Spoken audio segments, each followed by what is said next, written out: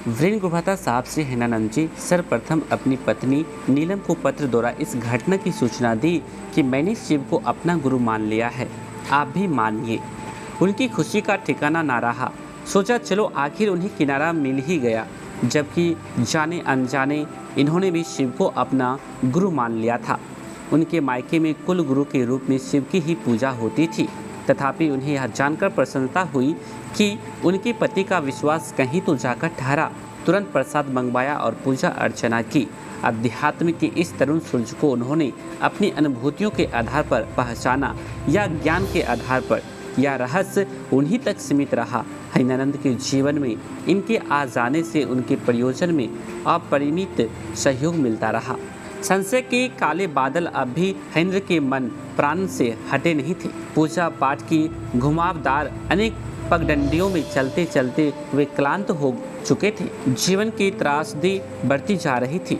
हालांकि उन्होंने शिव को गुरु मान लिया था, पर मन और विश्वास की काल कोठरी में अभी कैद ही था। शिव को गुरु मानने का तर्कसंगत गणित तो दिमाग ने बनाया था, किंतु मन को अब तक की जीवन यात्रा ने भाव सुन कर दिया था। वे पत्नी से मिलने डाल्टनगंज होते हुए मनातू आए। 2 दिनों के बाद छोटी साले ने कहा, मेहमान गया चलिएगा, मैं ब्यूक से जा रहा हूँ। ब्यूक अंग्रेज़ों के ज़माने की कार थी, जिसकी सवारी लोगों को काफ़ी आकर्षित करती थी। हिनानंद तैयार कार थी तो पुरानी, लेकिन सांप की तरह सरसरा कर चलती थी। 2 दिनों के बाद गया से वापस चले। गाड़ी ये खुद चला रहे थे। अंधेरा हो चुका था। गाड़ी की हेडलाइट की रोशनी कम थी, लेकिन क्लच लेने पर वह अचानक बढ़ जाती थी।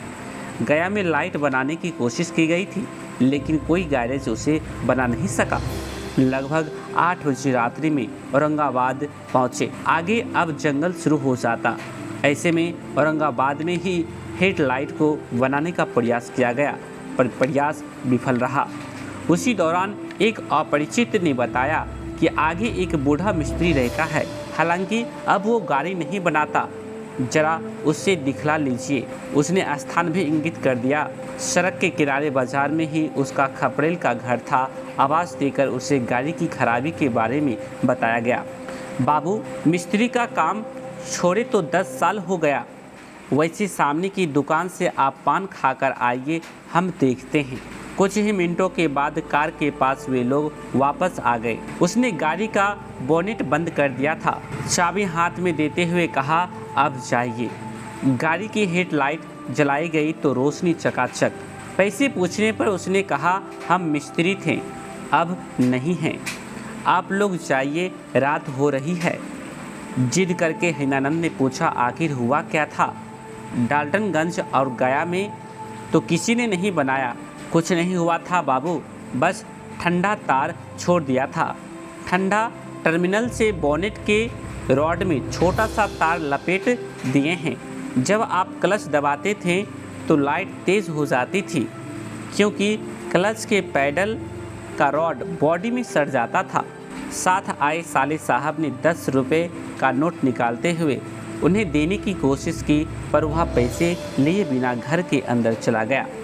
इस घटना को याद करते हुए हिनानंद आज भी शिव चर्चाओं में कहते हैं कि गुरु अगर उत्तम हो तो अध्यात्म लाल रुई मिठाई की तरह मीठा और हल्का है। प्रस्तुत कहानी पुस्तक अनमिल आखर से लिया गया है। इनके लेखिका अनुनीता दीदी हैं। इस कहानी को पूरा जानने के लिए इस पुस्तक को ऑनलाइन अमेजन से ऑर्डर करके घर बैठे मंगवा सकते हैं। डिस्क्रिप्शन में लिंक है, चेक आउट कर लीजिएगा। इस पुस्तक में जगत गुरु भगवान शिव के इस कालखंड के प्रथम शिष्य साहब सिंह हिनानंद जी के विशिष्ट व्यक्तित्व एवं उनके जीवन गाथा को यथासंभव समेटने का प्रयास किया गया है। आइए भगवान शिव को अपना गुरु बनाएं। आओ चलिए शिव की ओर। सभी को प्रणाम भाई बहन। इसको आप शेयर कर दीजिएगा। चैनल पर नए हैं तो सब्सक्राइब कर लीजिएगा चैनल को। उसके बाद बेल आइकन को प्रेस करेंगे, इससे अगले वीडियो का नोटिफिकेशन सबसे पहले आपको प्राप्त होगा।